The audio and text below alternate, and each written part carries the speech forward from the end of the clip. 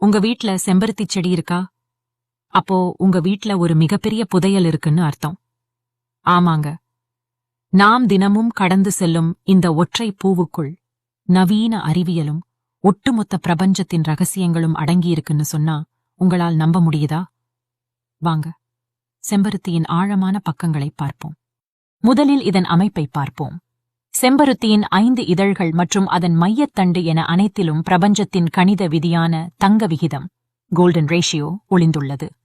வானத்தில் சுழலும் ஒரு பால்வீதி நட்சத்திரக் கூட்டத்தின் கேலக்சி அமைப்பிற்கும் இந்தச் செம்பருத்தியின் வடிவத்திற்கும் பிரபஞ்சம் ஒரே கணித விதியைத்தான் பயன்படுத்தியுள்ளது. நமக்கு இது வெறும் அடர் சிவப்பு நிறப் பூ. ஆனால் தேனீக்களின் கண்களுக்கு இது அப்படித் தெரிவதில்லை. மனிதக் கண்களுக்கு புலப்படாத புரூதா கதிர்களை அல்ட்ராவயலட் லைட் ஈர்க்கும் ஒரு ரகசிய வடிவம் செம்பருத்திக்குள் உள்ளது. தேனீக்களுக்கு இது ஒரு ஒளிரும் வழிகாட்டியாக க்ளோவிங் ரன்வே செயல்படுகிறது. இது இயற்கையின் ஒரு மாயப் பரிமாணம். அறிவியல் ரீதியாக பார்த்தால் இதில் ஆந்தோசயனின்ஸ் எனப்படும் சக்தி வாய்ந்த ஆன்டி ஆக்சிடென்ட்கள் நிறைந்துள்ளன. இதைவிட முக்கியம், பல ஆயிரம் ரூபாய் கொடுத்து வாங்கும் கிரீம்களில் உள்ள ஆல்பா ஹைட்ராக்சி ஆசிட் AHA இதில் இயற்கையாகவே உள்ளது. இதனால்தான் இதை சருமத்தை இளமையாக வைக்கும் இயற்கையின் போடாக்ஸ், நேச்சர்ஸ் போடாக்ஸ் என்கிறார்கள். இத்தனை அற்புதங்களைக் கொண்ட செம்பருத்தியை தினமும் எப்படி பயன்படுத்துவது? தினமும் காலையில் நீங்கள் குடிக்கிற காபிக்கு பதிலாக செம்பருத்தி டீ குடித்துப் பாருங்கள். 2 செம்பருத்தி பூக்களின் இதழ்களை மட்டும் வெந்நீரில் போட்டு 5 நிமிடம் மூடி வையுங்கள்.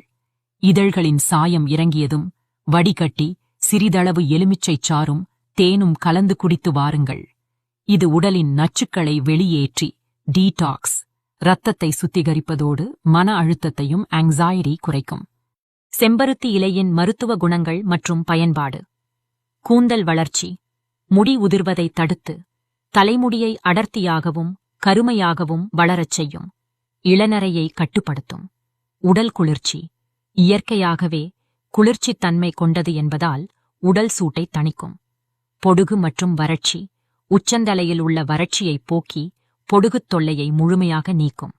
சருமப் பராமரிப்பு, அரைத்த இலையை சருமத்தில் தடவினால் சருமம் மென்மையாகும். பயன்படுத்தும் விதம்: 10-15 செம்பருத்தி இலைகளை சிறிது நீர் விட்டு பசை போல பேஸ்ட் அரைத்துக் கொள்ளவும். இதனை தலையில் தேய்த்து 20 நிமிடங்கள் ஊற வைத்து பின் சீயக்காய் போட்டு அலசலாம். முடி மிகவும் மென்மையாக இருக்கும். கூந்தல் எண்ணெய்: சுத்தமான தேங்காய் எண்ணெயில் சிறிதளவு செம்பருத்தி இலைகளை போட்டு காய்ச்சி ஆறிய பின் வடிகட்டி வைத்துக் கொள்ளலாம். இதனை தினசரி தலைக்குத் தடவி வர